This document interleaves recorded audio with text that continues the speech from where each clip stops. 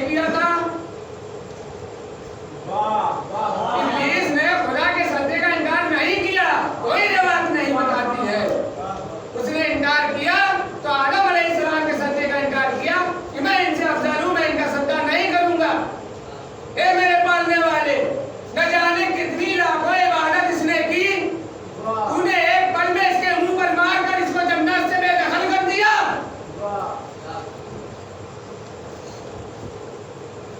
یہی بات ہے، یہاں پہ اللہ نے یہ بتایا تم لاکھ سجدہ کرتے رہو، لیکن اگر میرے وسیع کا سجدہ نہیں کیا تو ساری عبادتیں بیکار ہیں۔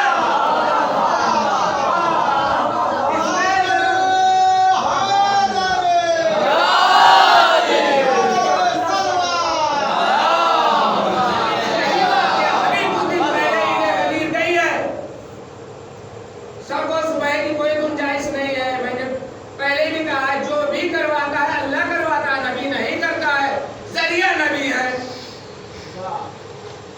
کچھ دن پہلے محرم سے پہلے عید غدیر گئی ہے، عید غدیر میں نبی نے علی کو اپنے ہاتھوں پر اٹھایا، من کنت مولا فہذا علی المولا، میں جس کا مولا علی اس کے مولا، ذہن میں رہنا چاہیے۔ یزید، ابلیس، اور یہ واقعہ من کنت مولا فہذا علی المولا، جس کا میں مولا اس کے علی مولا۔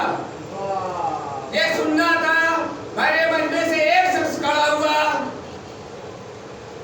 یا رسول اللہ یہ اپنی طرف سے ہے اگر سے، اور اگر اللہ کی طرف سے ہے، ذرا سا شک اس کو پیدا ہوا، آسمان سے نازل ہوا عذاب، وہیں پر وہ ہلاک ہو گیا۔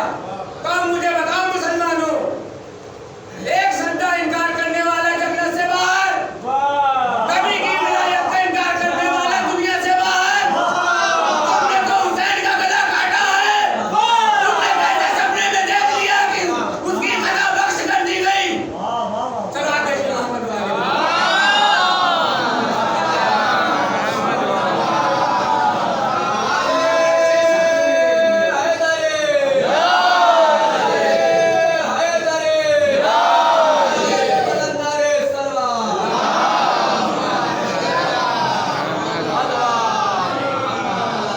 تم نے کیسے سپنے میں دیکھ لیا کہ اس کی خطا معاف کر دی گئی اور وہ جنت میں چلا گیا؟ یہاں ایک سجدہ انکار کرنے سے جنت سے باہر کر دیا گیا، اور تم نے نبی کی نواز سے اللہ کے پیارے حسین کو شہید کروایا، تجھے کہاں سے معافی ملے گی؟ اور آگے بڑھیے، یہ جو کربلا کے شہید ہیں 71 امام حسین علیہ السلام کو چھوڑ، بس میں اب مسائل کو منظور رکھا، کربلا کے شہید 71 امام حسین علیہ السلام، کیا ان کا چناؤ جو کیا تھا امام حسین علیہ السلام نے دنیا میں کیا تھا؟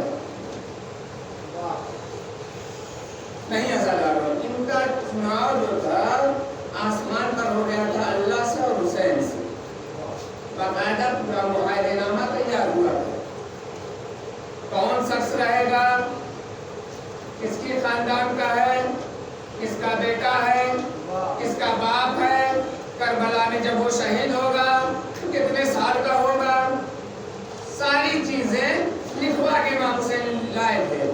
اسی لیے تو خالی خط لکھ کے بھیج رہے تھے، بھائی معاہدے میں تمہارا نام ہے، چلے آؤ۔ مکہ میں جب امام حسین علیہ السلام دیکھ لیا کہ یہاں بھی میرے قاتل آ گئے ہیں، تو حج کو احرام میں بدل کر کربلا کی طرف نکل لیے۔ راستے میں ایک خیمہ دکھائی دیا، عباس کو بلایا، بھیا عباس کس کا خیمہ ہے؟ کہا آقا یہ عابس ساتری کا خیمہ ہے۔ میں نے ابھی تک یہ واقعہ نہیں سنا تھا، جب سنا تو اپنے بھائی مولانا محمد حسن صاحب سے پہلے پوچھا کیا یہ روایت صحیح ہے؟ ان کا بالکل صحیح۔ عابس ساتری، عین الف پہ سین، ساتری قبیلے کا بہت بڑا سردار، بہت بڑا بہادر، اس کا خیمہ لگا ہوا تھا۔ وہ حج کرنے کے لیے آ رہے تھے، امام حسین جا رہے تھے، تو انہوں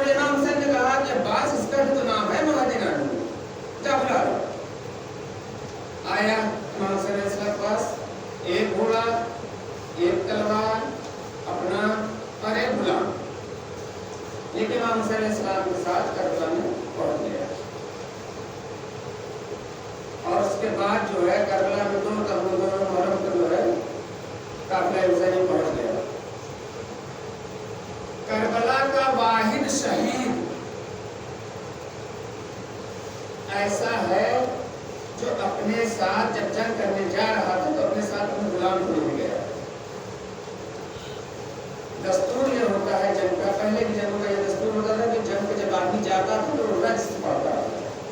رجس کا مطلب یہ ہوتا ہے کہ اپنے آپ کو پہچانوانا، میں کون ہوں، میں تلوار سے لڑتا ہوں یا خنجر سے لڑتا ہوں یا سواری کر کے لڑتا ہوں، کس خاندان کا ہوں، میرا نام کیا ہے، پورا سجا اس کو بتانا پڑتا تھا. اب یہ سمجھے محرم کی 10 تاریخ آ گئی ہے، عابس جو ہے میدان کربلا میں اپنے غلام کو لے گئے. کربلا کا واحد شہید ایسا ہے جو تو حتی سب گئے ہیں، اکیلے گئے. اب یہاں پہ ہم کو رات کو اپنے گریبان میں جھانکنا پڑے گا کہ وہ حسین کو کیا سمجھتا اور ہم کیا سمجھتا. ایک بات ہے بارش چچا، اور اس کے 2 معنی نکلیں گے. کچھ منٹ آپ لوگ ہمارے ساتھ لیں گے. اپنے ساتھ غلام کو لے کے گیا. غلام جی آقا میرا تعارف کرائیں. غلام پرور گھوڑے پہ ہے، عابس غلام نیچے. او کوفیوں،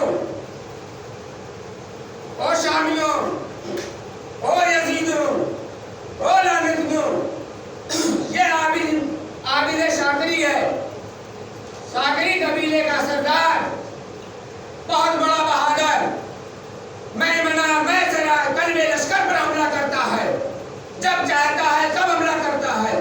یہ آواز امام حسین علیہ السلام کے کان تک پہنچی.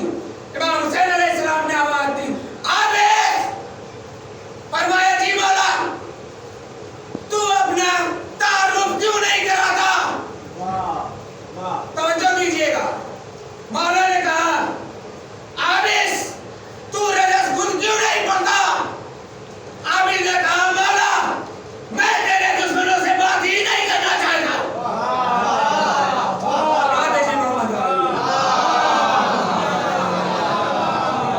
ہمارا کیا کرتے ہیں، جانتے ہیں امام حسین کا دشمن ہے، شہیدیوں کا ماننے والا ہے، بغل میں بیٹھا کے چائے پلایا. بھیا تھوڑا سا کام ہے یار، موبائل سے اس کو موبائل چلانا آتا ہے، بینک کا کام ہے یار، بینک چلے جاؤ. کیا ضرورت ہے یزید کے ماننے والے کو چائے پلانے کی؟ بینک چلے جاؤ نا، ساری جانکاری لے لو. سب جانتے ہو، بس کالا کپڑا پہن لیا. امام حسین نے کالا کپڑا پہننے کے لیے دفن کروائی تھی. انسانیت کو بچایا، نماز کو بچایا. کالا کپڑا پہن کے شوق سے پہن گے، لیکن ایک جوڑا نماز کا بھی سلوا لیجیے، عید کا سلوا لیا، خدا کی قسم ثواب نہیں ملے گا. عید غدیر کا سلوا لیا، ثواب نہیں ملے گا. بقرعید کا سلوا لیا، حتیٰ کہ محرم کا سلوا لیا، پھر بھی ثواب نہ ملے گا. یہ میرا تصور ہے، میرا خیال ہے کہ اگر ہم نے عہد کر لیا کہ ایک جوڑا نماز کے لیے سلوا دیا تو اس کا ثواب ہم کو ضرور ملے گا، کیونکہ نمازی کے لیے امام حسین علیہ السلام نے اپنے پورے خنبے کی قربانی پیش کی ہے. لیکن ہم کو اس کا کوئی اثر نہیں پڑتا ہے. مت سلوائیے، نماز کے قریب ہو جائیے. زناریے ماشاءاللہ بہت اچھی کر رہے ہیں آپ لوگ، لیکن نماز پڑھیے، انشاءاللہ کبھی زیر نہیں ہوں گے، ہمیشہ آپ کا سر بلند رہے گا. نماز کا دامن مت چھوڑیے، کامیابی کی چابی ہے نماز. نماز کا دامن مت چھوڑیے. بہرحال نتندی کا جلوس میں اٹھنا ہے. آج میں سوچ رہا ہوں کہ جناب علیہ صبر کا مسئلہ، کیونکہ جو دل میں رہتا وہی پڑھنا چاہیے، رٹا رٹایا چیز نہیں. میں نے جو بھی بیان کیا ہے رٹا نہیں آج تک. میری ماں نے کہا کچھ پڑھ لو، میں نے کہا نہیں. منبر پہ جانے کے بعد جو زبان سے نکلے گا وہی حقیقت ہے.